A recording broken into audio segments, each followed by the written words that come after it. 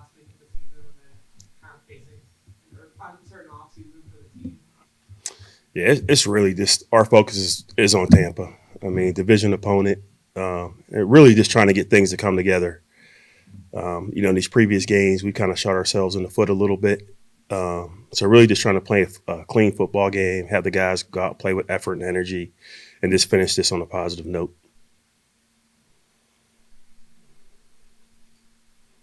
For a young player like Isaiah Foskey, year two, what's been the issue for him in terms of getting on the field? I think going into last week, 55 defensive snaps.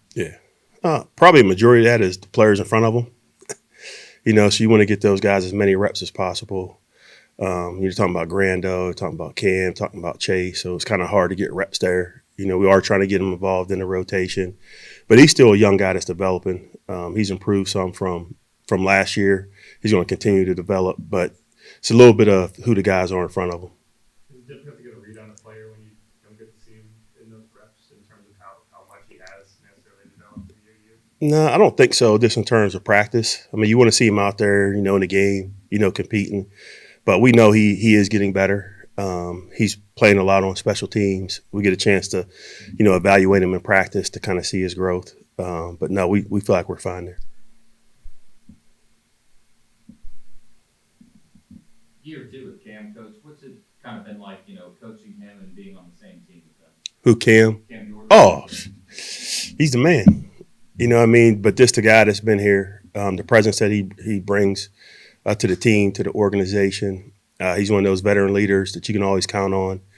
I've leaned on those guys, at the end of the week, to address the defense, to get their message out to them, because guys respect him for everything he's done in this league. And, he's still playing at a high level. You've seen his production the last couple of games. So it's been awesome, to coach a player like that. Have you had a chance to talk with Paulson recently? And how's he doing recovering from surgery and stuff? I did talk to him because I actually pulled his number for the Christmas gifts. So I got him something very nice. So, but he's supposed to be back in town actually this weekend. So I'm exchanging gifts. But I actually talked to him on the phone last week. He's doing good, sounding in good spirits. I feel like he's recovering and getting better. But yeah, I talked to him a little bit last week. Who pulled you? What's that? Who pulled you? Ugo. He got me some nice stuff, man. Yeah, I'm not caught up, man. Just the technology. I'm kind of old school. So I think I got some earbuds, the little wireless ones I didn't have. I still got the one with the wire. So he saw me. He's like, hey, let me upgrade you. So it was good. I'm guessing you're not going to tell us what you got Paulson then. He don't even know yet. But it's nice. It's custom. I'll put it that way. I know turnovers can sometimes cut ways, though. Yeah. When you force 1 in 6 games, you're just kind of beside yourself. Yeah, it's right now it's been a struggle. I mean, we emphasize it. I mean, you guys see me out there every day doing ball drills. And we've had some opportunities. We dropped the ball a few times. The ball's been on the ground. We haven't recovered it. So they've been there. We haven't taken advantage of it. But I think the biggest thing defensively, whether you're D-line, linebacker, secondary, that you can't press it. You can't go out and try to make a play, because if you go out and try to make a play, you're going to give up a play. You have to rely on your technique, let the defense work, and that's where the plays will come. So we've had some success in terms of taking the ball away from this team. So hopefully that's what happens.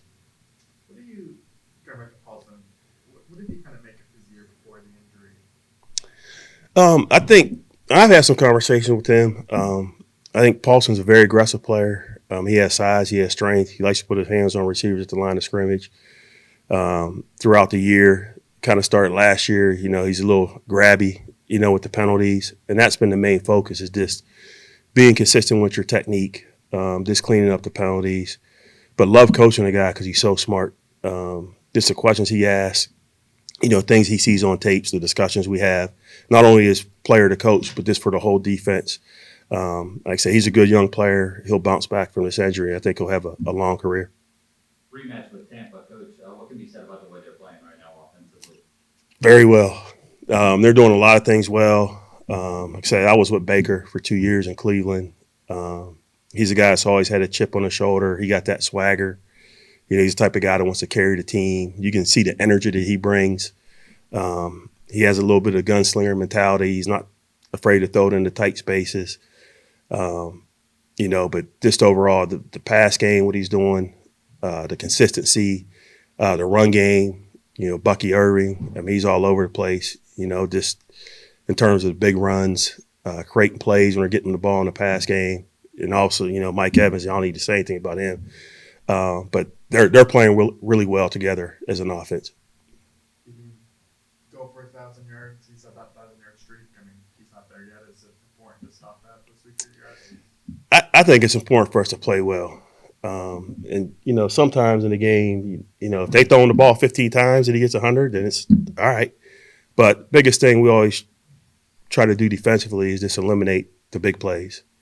So we eliminate the big plays, force them to throw the ball underneath. If we can tackle well in space, that's all we're really looking for.